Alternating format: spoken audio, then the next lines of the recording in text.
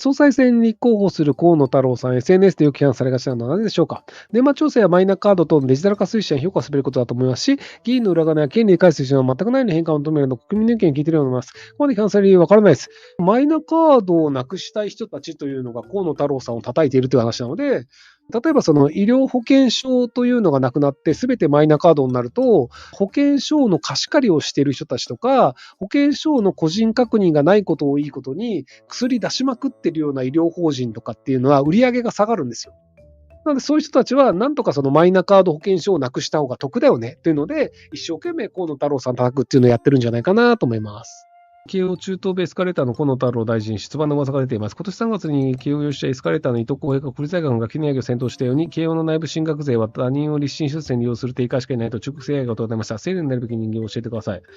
まあでも、総理になるべきという考え方が僕多分間違ってると思ってて、総理を選ぶのって国会議員なんですよ。正確に言うと、自民党が自民党総裁を選ぶ。その結果、自民党総裁が総理大臣になるなんですけど、自民党員の党員票ってほぼ意味ないんですよね。で、結果として国会議員票の方が強いので、なので自民党の国会議員が誰を選ぶかによって総理大臣が決まるということなので、自民党の国会議員が自分たちにとって都合のいい人を選ぶというのをやるんですよ。なので、国民としてはこういう人が総理大臣になった方がいいよねとか、もしくは自民党一般党員がこういう人が総理大臣になった方がいいよねとは別に国会議員が選ぶっていうところなので、自民党員の中だけでアンケートとか取ると、割と石破さん総理大臣にした方がいいんじゃないのっていう票は多いんですよ。でも、実際自民党総裁選投票させると国会議員票の方が強いので、石破さんがなることはないっていう、そういう構造なので、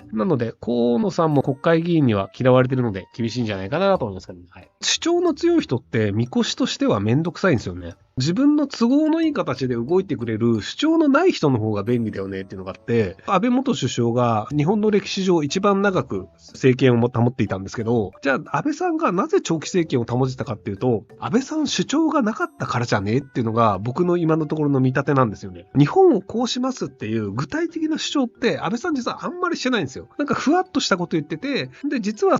じゃあ属議員の人たちがこういうことやってよって言ったらホイホイっつって安倍さんがやってっていうので、いろんな議員たちがこういうことしてほしいよねというのを、それを聞いてちゃんと実現してくれるっていう、割と便利な中間管理職みたいな状態だったから、結果として自民党の中では安倍さんが一番いいよねっていう形が長く続いていたっていうのがあるので、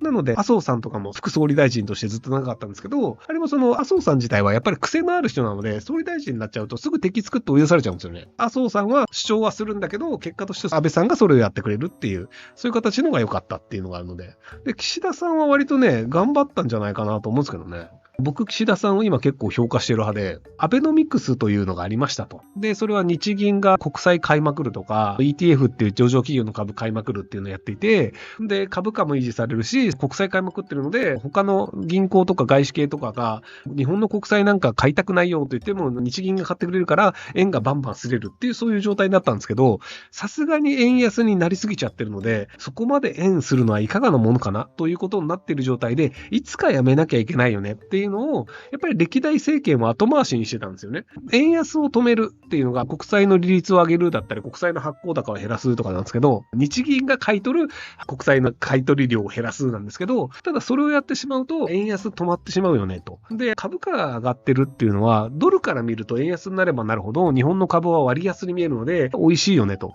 円安になればなるほど海外投資している人も円換算すると得するよねっていうのがあって、これを止めると結構世の中からバッシングを受ける可能性があるよねっていうのもあって、でもいつか止めなきゃいけないよねっていうチキンレースをずっとやってた状態だったんですよね。で、そこで岸田さんがやれって言ったのか、日銀総裁の上田さんが独自でやったのかわからないんですけど、少なくとも国債の利率上げますっていうのと、あと3年以内に国債の買い取り額を半分にするって言ったのかなっていうので、円のバンバンするっていうのをやめますって言った途端に、円高ドーンって言って株価ダーンって下がってみたいな。で、その後に株価ボーンって上がって、でも円高傾向はまだちょっと残ってるみたいなので、もう経済がバカバカ動いちゃって、いやいや、こんなに動いちゃったらどうなるのって、この先見通せないよねっていうので、結構怖いよねっていう状態になっちゃったっていうのがあって、ただでも誰かがやらなきゃいけなかったんですよ、この荒漁師は。で、タイミングがいいのかわからないのかっていうので、ベストのタイミングっていうのはやっぱりわからないので、なので、今じゃない方が良かったんじゃないのっていう論理はいろいろあるんですよ。もうちょっと経済回復した方が良かったんじゃないのとか、確か26ヶ月連続実質賃金が下がっていて、今月ようやく実質賃金上がったんですよ。でもまた今回の日銀総裁の利率上げるっていうので、また実質賃金下がってしまう可能性があって、で、そうすると実質賃金もうちょっと上がってる期間が長くした方がいいんじゃないのとかはいろいろあるんですけど、とはいえいつかはやらなきゃいけないことをやったっていうところは僕は評価した方がいいんじゃないかなというふうに思ってるんですけども。河野太郎と茂木さん、どっちが優秀と思う、そしてどっちが総理がいい、両方の両さんから聞きたい。茂木さんが総理になっても多分日本はほとんど変化がないと思うんですよね。岸田さんと多分やることがあまり変わらない。まともな人なので変わったことしない。河野さんの方が変わったことしそうなので面白そう。変わったことをしない限り日本はずっと縮小して経済が悪くなっていくので、変わったことをやるという結果、良くなる可能性もあるんですよね。悪くなる可能性もあるんですけど、でも良くなる可能性がある。いろんなことを挑戦することで、これはダメなんだ。じゃあこっちをやってみようっていうので、いろんな試行錯誤をすることで成長する可能性があるんですよ。でも新しいことをやって失敗する可能性があるから、何もやらないってなると、もうずっと低下路線っていうのは変わらないんですよ。去年日本人80万人減ったんですよね。83万人かな減ったんですよ。で、一昨年が80万人ぐらい減ってて、なので、大体山梨県の人口ぐらい、毎年日本人って減ってるんですよ。で、これ10年続くと山梨県の人口が10県分減るっていう800万人減りましたってことになるんですけど、で、800万人減ると多分もっと減少ペース早くなると思うんですよね。人口減れば減るほど若い人も子供の人数は毎年順調に減ってるので、で、子供の人数が減っていくと子供を産める人の人数も減ってくるので、何もしないでいくとずっと下がるんですよ。なので、何か変わったことをしたら悪くなるかもしれないから、やるのをやめようというのは、僕はもうこれは日本人いなくなるコースだと思っていて、何も新しいことをしないでずっとこのままのペースでいくともう落ちるの確定なんですよ。なので、新しいことをして下がるかもしれないけど、いろいろ試した中で、これうまくいったじゃん、これうまくいったじゃん、失敗した、これうまくいったじゃんっていうのをいろいろ探して、なんとかうまくいく方法を、まだ余力があるうちにやらなければいけないんですけど、でも岸田さんとか茂木さんみたいな、まともな真面目な人が試行錯誤が起きないので、日本人が減ってしまうのが良くないよねというふうに考えるのであれば、変わったことをやる人が権限を持った方がまだマシなんじゃないかなと、個人的には思ってます。はい。まあ、知ったこっちゃねえやっていう人も言ってますけどね。変わったことが起きなければ、今の自分のポジションは維持できるので、ある程度のお金を持ってるとか、年金それなりにもらってますっていう人であれば、同じ日常がずっと続いた方がいいので。なので、そうすると変わったことをしない岸田さん、茂木さんみたいな人が居続けるという方が、だから、僕個人で考えると、岸田さん、茂木さんの自民党政権がずっと続いた方が、経済的にはメリットがでかいんですよね。僕はすでにもうそれなりに資産を持っているので、労働者として働く必要がないんですよ。で、それなりの資産の利回りがあるので、なので、今ぐらいの治安がずっと続いていて、今ぐらいの物価の安さがずっと続いていて、パリに比べたら東京は家賃安いので、今の資産を持って東京で住みますってなると、資産ぐるぐる回すだけで普通に暮らせるので、働かないで一生暮らせるから、わーい楽しいってなるんですけど、でも多分他の人が政権取ったとしたら、資産課税やるとか言い出すんですよね。で、僕は日本にとっては資産課税やった方がいいと思ってるんですよ。で、さっき話した僕個人の話ね。で、日本がじゃあどうやって良くするかってなると、僕は資産課税をするべきだと思ってるんですよ。金持ちが何にもしないで、だらだらと富を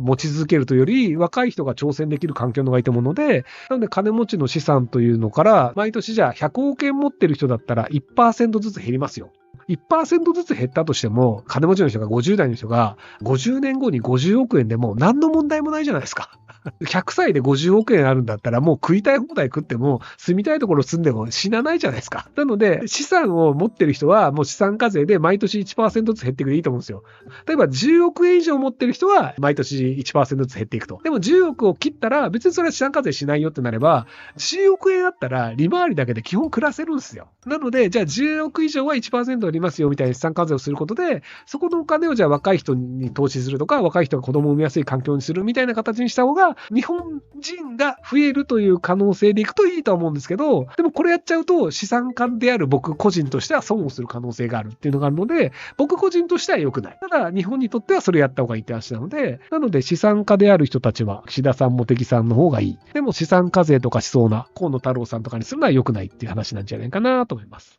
河野さん空気読めないですよね。河野さんって日清河野洋平さんの息子さんで、自分がやりたいこと言いたいことを好きに言いますやりますっていうので、安倍首相の下で防衛大臣になったんですけど、イージス・アショアを蹴ったんですよね。安倍さんってトランプさんの言われたことを必ず従うっていう人で、イージス・アショアっていうのをトランプさん買えって言われて、安倍さんが、わかりました、買いますって言って、山口と秋田にイージス・アショアっていうのを置いて、イージス・アショアがレーダー探知機能ありませんと。で、じゃあ何かミサイルかって時に撃ったら、そのミサイルの破片は秋田とか山口に落ちて日本人死にますと。で、最初の段階でそれ分かってたんですよ。でももう買うって言っちゃったからみんな滑ってたんだけど、河野さん空気読めないから、これレーダーないんだから買ってもしょうがないじゃん。で、修正するのに5000億円とか言われて、じゃあいらねえっつって蹴ったんですよ。で、あそこら辺から安倍さんの言ったことを蹴っていいんだっていう空気になったんだと思うんですよね。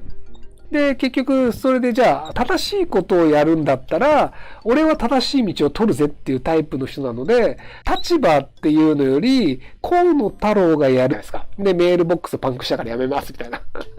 ああいうその、スタンドプレイをやるんですけど、スタンドプレイだからできるんですよ。これやったらどうなるだろうとか、いろんな人の考えるから調整をしようっていう人は、省庁の縦割り崩せないんですよ。だって、要は周りの人の意見を聞いたら、省庁一つ一つにとってはちゃんと意見があって、で、その通りやってきたのが今までだから、まあ、しょうがないよね。あるがまま受け入れるしかないよねってなりがちなんですけど、そこで河野さんは、思ったことやってみますとか、これいらないからいらないって言っちゃいます。だって俺大臣だもんみたいなことやるんで、割とうまくいく可能性があるなっていうところで、いい結果を出すのかもしれないなと思って見てます。